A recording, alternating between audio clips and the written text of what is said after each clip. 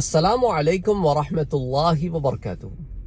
آج ایک واقعہ آپ سے شیئر کرتا ہوں اور اس کے بعد اس میں سے کچھ حکمت کے موتی چننے کی کوشش کریں گے۔ واقعہ کچھ اس طرح ہے کہ کچھ راہزن تھے، ڈاکو تھے، لٹیرے تھے، وہ ایک جگہ پر حملہ کرتے تھے قافلے والوں پر۔ تو جب بادشاہ کو پتا چلا کہ اس کی ریاست میں ایک مقام پر یہ معاملہ ہو رہا ہے تو اس نے ایک دستے کو بھیجا کہ ان لوگوں کو پکڑ کر سزا دی جائے۔ ان ڈاکوؤں کو پکڑ لیا گیا، سارے ڈاکوؤں کو سزا دی گئی سوائے ایک کے، کیونکہ اس کی عمر 16-17 سال کی تھی۔ وجہ کیا ہوئی کہ جب اسے سزا دینے لگے تو وزیر آ گیا اور کہنے لگا بادشاہ سلامت، یہ ایک جوان ہے، 16-17 سال کی اس کی عمر ہے، اس کی تربیت کر کے اسے ٹھیک کیا جا سکتا ہے، بجائے اس کے کہ سزا دے کے قتل کر دیا جائے۔ تو میں سمجھتا ہوں کہ اس کی اس عمر میں اصلاح ہو سکتی ہے۔ بادشاہ نے کہا کہ یہ اتنا بگڑ چکا ہے کہ اس کی اصلاح ممکن نہیں ہے، یہ کبھی نہ کبھی پلٹ کر تمہیں وار ضرور کرے گا۔ وزیر نے کہا حضور مجھے اجازت دیجیے۔ پھر اور وزراء بھی آگے، انہوں نے کہا کہ بادشاہ سلامت اسے جانے دیجیے، باقیوں کو سزا دے دیں، آپ اسے جانے دیجیے۔ بہرحال بادشاہ نے کہا ٹھیک ہے، اسے ہم جانے دیتے ہیں۔ تو وزیر نے کہا کہ اگر میں اس کی سرپرستی لے لوں اور اس کی تربیت کا، تعلیم کا میں انتظام کر لوں، تو بادشاہ نے کہا مرضی ہے تمہاری، چاہو تو لے جاؤ، ویسے یہ اس عمر پہ پہنچ گیا ہے کہ اس کے لیے ذرا مشکل ہے۔ اس نے کہا کہ نہیں آپ مجھے دیتے ہیں۔ بہرحال وزیر جو ہے وہ اسے لے کر اپنے گھر آ گیا اور کئی سال تک اس کی تعلیم کی، تربیت کی، اس کو ایک مہذب شخص اور مہذب شہری بنایا، ایک تعلیم یافتہ شخص بنایا، ایک ایسے شخص کو نے جنم لیا اس 16-17 سال کے بچے میں سے کہ جو معاشرے میں ایک با اخلاق اور مہذب آدمی کے طور پر جی سکتا تھا، بجائے اس کے کہ ایک ڈاکو اور راہزن کے طور پر جیتا۔ وزیر بادشاہ کے پاس آیا اور کہنے لگا کہ بادشاہ سلامت، یاد ہے کئی سال پہلے ایک 16-17 سال کے لڑکے کو میں نے آپ سے لیا تھا اور اس کی تعلیم و تربیت کا انتظام کیا تھا، اب وہ ایک مہذب شخص بن گیا ہے۔ بادشاہ نے کہا ٹھیک ہے، دیکھتے ہیں۔ چند عرصہ اور گزرا تو پتہ نہیں اس لڑکے کے دماغ میں کیا آیا، ایک رات اٹھا، اس نے وزیر کو اور اس کے تمام اہل خانہ کو قتل کیا، تمام مال لوٹا اور واپس جا کر ان راہزنوں میں مل گیا اور راہزنی کا پیشہ اس نے پھر سے اختیار کر لیا۔ اب بادشاہ کے پاس جب یہ خبر آئی تو بادشاہ نے کہا کہ چنگاری بھڑک کر ہی شعلہ بنتی ہے، اس چنگاری کو میں نے اس وقت پہچان لیا تھا، لیکن وزیر کی آنکھ دھوکا کھا گئی۔ بہرحال اس نے بھگتا اپنے غلط فیصلے کی سزا۔ اس واقعے کو بتانے کا مقصد آپ کو یہ ہے کہ ہمارے نفس، ان میں بھی چنگاریاں ہوتی ہیں، ہم بعضوں کو چھوٹا سمجھ کر انہیں پروان چڑھاتے ہیں، یہ سمجھ کر کہ یہ تو بے ضرر ہیں، ان کی تربیت ہم کر لیں گے، لیکن ہم ان کی تربیت غلط ڈائریکشن میں کر بیٹھتے ہیں، کیونکہ شیطانوں کی تربیت نہیں ہوتی، گناہوں کی تربیت نہیں ہوتی، گناہوں کو کچل دیا جاتا ہے وہیں پر۔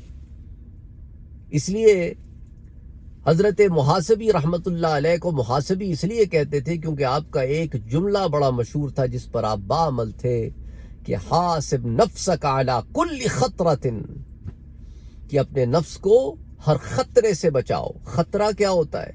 خطرہ صوفیاء کے ہاں ایک ٹرمینالوجی ہوتی ہے اور یہ عربی لغت کا حصہ ہے کہ پہلا خیال جب ذہن میں ابھرتا ہے، نیا خیال پہلی دفعہ جب ابھرتا ہے اسے خطرہ کہتے ہیں۔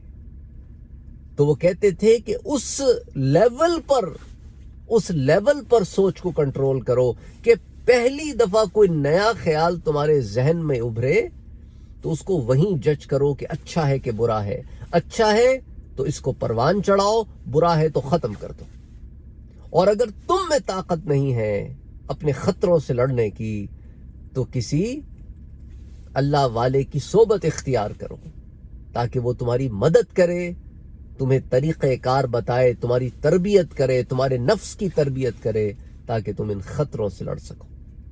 اس لیے آپ فرماتے تھے حاسب نفسک علی کل خطرۃ، محاسبہ کرو، اپنے نفس کا خود محاسبہ کرو. تو اس لیے آپ کو امام محاسبی کہتے تھے. بہرحال کہنے کا مقصد یہ ہے کہ ہمیں اپنے اپنے نفسوں کی طرف نظر کرنی چاہیے کہ وہ چھوٹے چھوٹے شرارے، چھوٹے چھوٹے انگارے جنہیں ہم بے ضرر سمجھتے ہیں ان پر بھی نظر کرنی چاہیے، اور جہاں بڑی بڑی چیزوں پر ایمفسائز کرتے ہیں وہاں ان چھوٹی چھوٹی چیزوں پر بھی نظر کرنی چاہیے، تاکہ ہم اپنی تربیت بھی کر سکیں. اور وہی بات ہے کہ جب پڑی اپنے عیبوں پہ نظر تو نگاہ میں کوئی برا نہ رہا. تو اس طرح اپنے انسان، وہ کہتا تھا نا اقبال کہتے تھے کہ اپنے من میں ڈوب کر پا جا سراغ زندگی. تو اپنے من میں ڈوب کر یعنی اپنے آپ کو تو سمجھو پہلے، اپنے آپ کو تو سمجھو پہلے، پھر اس کے بعد باقی سفر طے کرنا. اس لیے اللہ تعالیٰ نے قرآن کریم میں بھی اس کی طرف اشارہ کیا ہے کہ نشانیاں ہیں تمہاری ذاتوں میں بھی اور کائنات میں بھی. یعنی ایک طرف اللہ نے کائنات کو رکھا، آفاق کو رکھا، اور دوسری طرف انسان کی جان کو رکھا. یعنی ایک ترازو کے دو پلڑوں میں کوئی ایسی چیزوں کو نہیں رکھا جا سکتا جو ہم وزنی نہ ہو. تو سوچے انسان کتنا کمپلیکیٹڈ ہے، کتنی کمپلیکیٹڈ اینٹیٹی ہے کہ اللہ نے ایک طرف کائنات کو رکھا اور ایک طرف انسان کی جان کو رکھا. اتنا ڈیپ اور گہرا اور مشکل ہے انسان، لیکن افسوس کہ ہم اپنے ساتھ وقت نہیں لگاتے، اپنی اکاؤنٹیبلٹی نہیں کرتے، اپنا محاسبہ نہیں کرتے، اپنا حساب نہیں کرتے. اس لیے کسی نے کہا کہ اپنا حساب کر لو اس سے قبل کہ تمہارا حساب کیا جائے. تم خود اپنے حاسب بن جاؤ کہ کہیں اس دن ندامت نہ اٹھانی پڑے کہ جس دن کافر کہیں گے یا لیتنی کنت ترابا، کاش میں مٹی ہوتا، کاش میں مٹی ہوتا. کیونکہ ابھی اس نے دیکھا ہوگا کہ جانوروں کے درمیان فیصلہ کرنے کے بعد جانوروں کے درمیان بھی میرا رب فیصلہ فرمائے گا. یہ حدیث بھی میں آپ کو روایت بھی دے چکا ہوں قیامت کے بیان کے ضمن میں کہ جانوروں کو زندہ کیا جائے گا، اور اگر کسی جانور نے کسی جانور کے ساتھ زیادتی کی ہوگی تو انہیں بھی بدلہ دیا جائے گا، اور اس کے بعد سب کو ڈھیر کر دیا جائے گا، مٹی کر دیا جائے گا. تمام حیوانات کو، حشرات کو، پرندوں کو، سب کو ڈھیر ہو جائے. تو وہ کافر جب وہ دیکھے گا تو کہے گا یا لیتنی کنت ترابا، کاش میں بھی ڈھیر ہو جاتا، یہ عذاب تو نہ دیکھنا پڑتا مجھے. اور پھر عجیب کیفیت میں ہوگا، کہے گا کہ عجیب کتاب ہے میری، لا یغادر صغیرۃ ولا کبیرۃ الا احصاها، کہ اس میں کوئی چیز ایسی ہے ہی نہیں جو لکھی نہ ہو، چاہے چھوٹی ہو یا بڑی ہو. ایسی گرفت ہے، ہر شے لکھی ہوئی ہے. اللہ اکبر، اللہ اکبر، اللہ اکبر. اللہم صلی وسلم وبارک علی سیدنا وحبیبنا وشفیعنا محمد صلی اللہ علیہ وآلہ وسلم.